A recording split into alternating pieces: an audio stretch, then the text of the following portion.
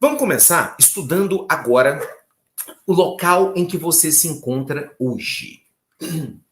Para a gente começar um programa de educação financeira que funcione, de geração de renda passiva, o que é que você precisa? Você precisa saber em qual fase da sua vida financeira você está hoje. Bem, eu tenho aqui 3 fases e é muito importante você entender cada uma das 3 fases para me falar onde você está. Tá bom? Porque cada uma delas tem os seus problemas, né? E as suas soluções, obviamente. A fase número 1 é o perdido. A fase número 1 é, Ricardo, me ajuda, pelo amor de Deus. Normalmente a fase número 1 é aquela pessoa que está sem dinheiro, às vezes desempregada, às vezes até não, tá? Você pode estar empregado e tal, mas não gosta do seu trabalho. Às vezes você tem dinheiro aplicado no banco, mas não entende nada de aplicação. Está com medo de estar sendo enganado, mesmo tendo um patrimônio.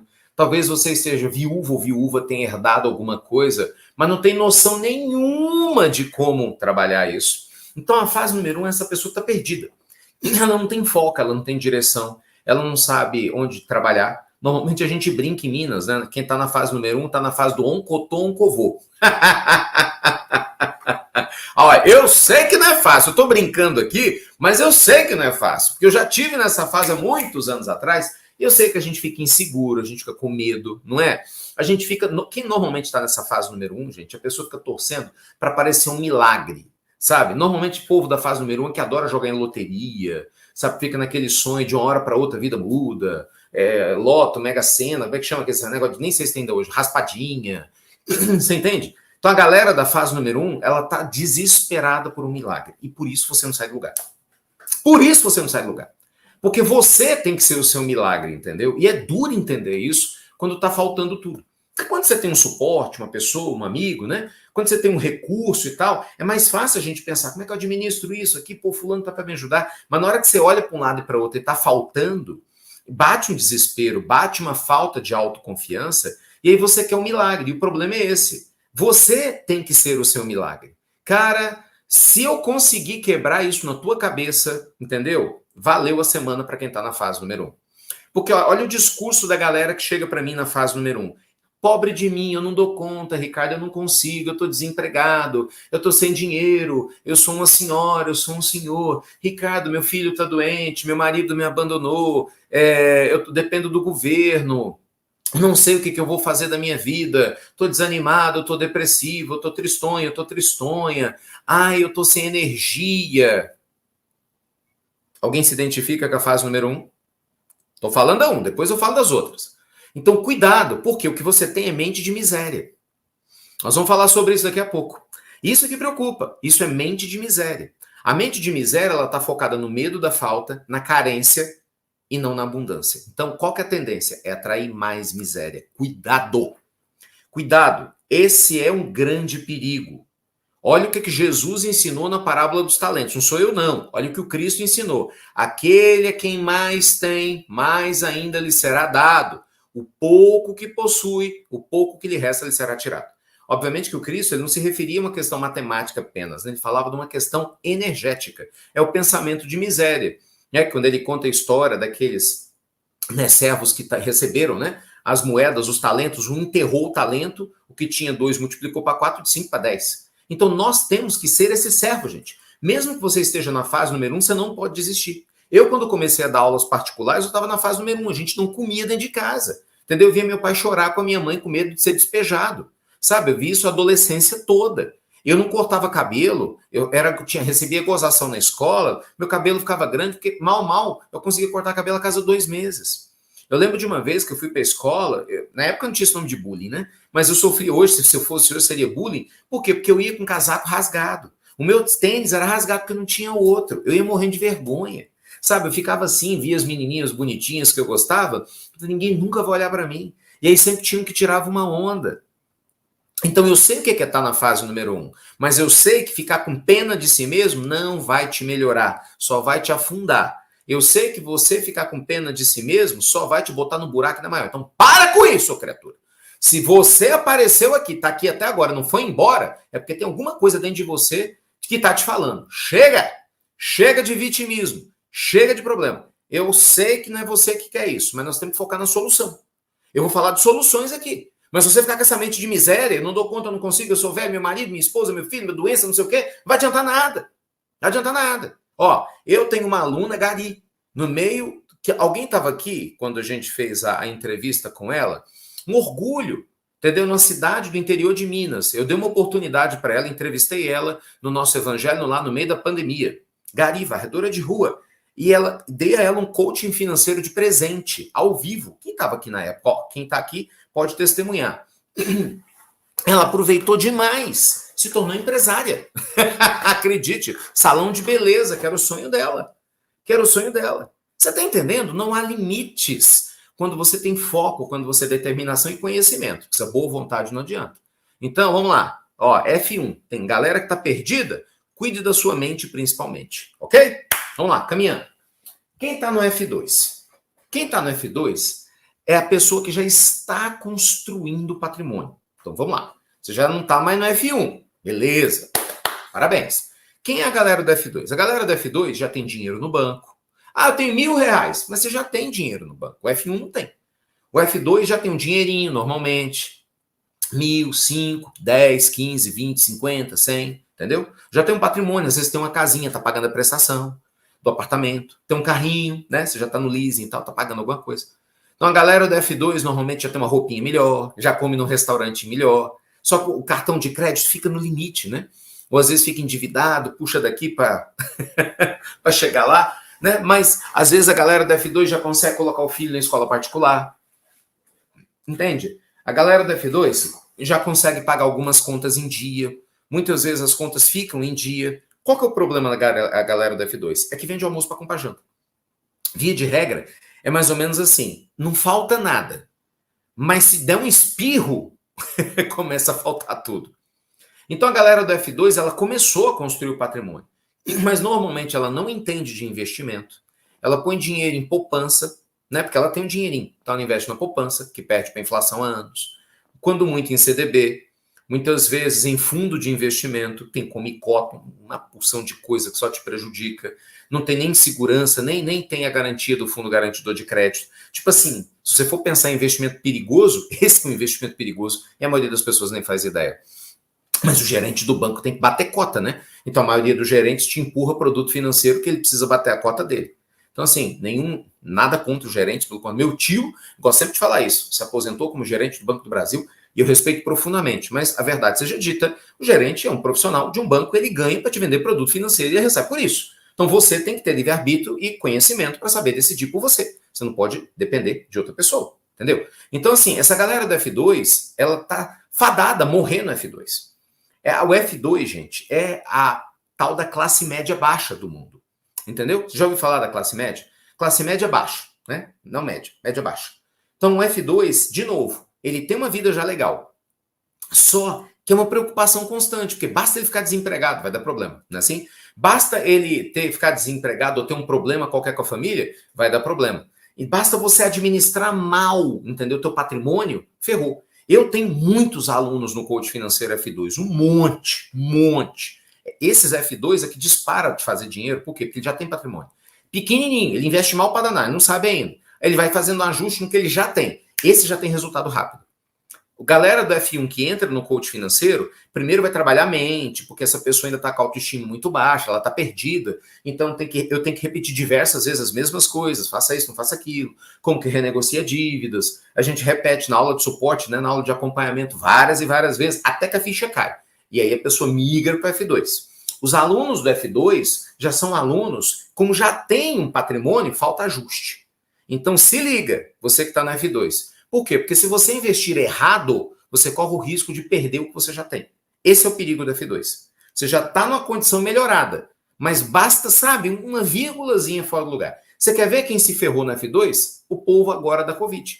Eu falo assim, gente, a Covid prejudicou todo mundo, né? Vamos combinar que a maioria das pessoas, independente dos Fs aqui, foi complicado. Mas o F2, o F1 nem se fala. Mas a galera do F2 não tinha reserva. Ou a reserva era muito pequenininha, né? 1, 2, 3 meses. O que aconteceu? Veio o Covid, como o povo ficou sem trabalhar durante meses em casa, complicou. Não foi assim? Sim ou não? Então, perdeu emprego. Vocês viram quantos restaurantes fecharam? Quantas lojas fecharam? Quantos lojistas? F2. A maioria é F2. né? Os lojistas que eram F3, tinham um patrimônio maior, mais dinheiro, seguraram a onda, né, da Covid. Porque teve gente, imagina, teve negócio que ficou fechado um ano. Então você tem que ter algum patrimônio maior. Um patrimônio pequenininho não resistiu. Então, infelizmente, muita gente que estava no F2 não resistiu. É isso que eu estou te falando. Então, ao mesmo tempo que você tem, você não pode dormir no ponto, entendeu? Se você dorme no ponto, não, eu tenho aposentadoria. É outra loucura que eu ouço a galera do F2 falar, não, porque eu tenho aposentadoria do governo. Meu filho, até pouco tempo atrás, a gente estava numa, sei lá, enésima reforma da Previdência, entendeu? Para poder pagar e estava se arriscando a não receber salário. Eu posso te falar de cadeira, porque os meus pais eram aposentados, né? Já desencarnaram, mas meus pais eram aposentados. Então eu acompanhei isso. E eu ficava preocupado. Eu sabia, lógico, se faltasse algo a eles, eu não ia deixar faltar nada. Mas eu falei, meu Deus, quanta gente tem a ilusão de que a aposentadoria vai garantir tudo para eles. Não, tire isso da sua cabeça. Deus abençoe que nunca falte, que os governos se estruturem, porque é um dever do Estado cumprir o papel dele. Só que a gente sabe que não acontece em muitos lugares. E o futuro a Deus pertence. Então, você não pode depender de aposentadoria, você está entendendo? A aposentadoria, gente, é uma pirâmide financeira, vocês já sabem disso, né? É importante lembrar disso aqui. Não é crítica, não, isso é um fato. Né? Quem aqui da área de estatística sabe o que eu estou falando. Vamos lá, o que é aposentadoria? Como é que funciona o processo de aposentadoria no Brasil? É uma pirâmide etária, literalmente, é uma pirâmide etária. Então, você tem que ter mais gente jovem entrando na base para essa pessoa contribuir para a pessoa mais idosa que se aposentou receber. Quando você começa a ter menos pessoas jovens entrando na base da pirâmide, isso acontece quando nasce menos pessoas do que morrem. Olha o rolo aí. Você tem um crescimento vegetativo negativo. É o que está acontecendo agora em muitos lugares do mundo. O Japão, por exemplo, está nesse rolo. A China agora. Imagina a China. A Índia passou a China.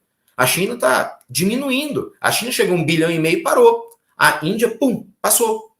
O Brasil começou a entrar num processo perigoso de envelhecimento da população.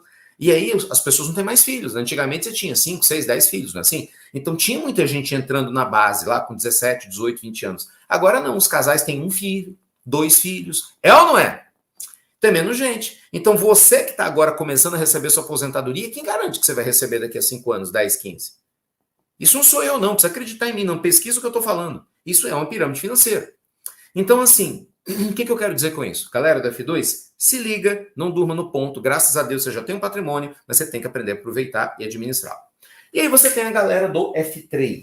Bem, a galera do F3 já é um outro patamar. Né? A galera do F3 tem patrimônio maior, normalmente tem imóvel, tem automóvel, carro, né? Emprego estável, ou são empresários, ou já tem um patrimônio maior, já normalmente são pessoas, né, que estão construindo há mais tempo, já é alguém que tem um patrimônio, às vezes, de 300, 500, 1 milhão de reais. É a menor parte da população brasileira, com toda certeza. Ou, mesmo que o patrimônio não seja grande, tem uma renda passiva grande.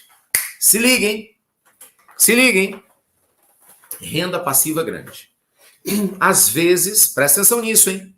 Presta atenção. Às vezes, você não precisa ter uma renda, um patrimônio muito alto para viver bem. Eu vou te mostrar isso. Mas você tem que ter uma renda passiva grande.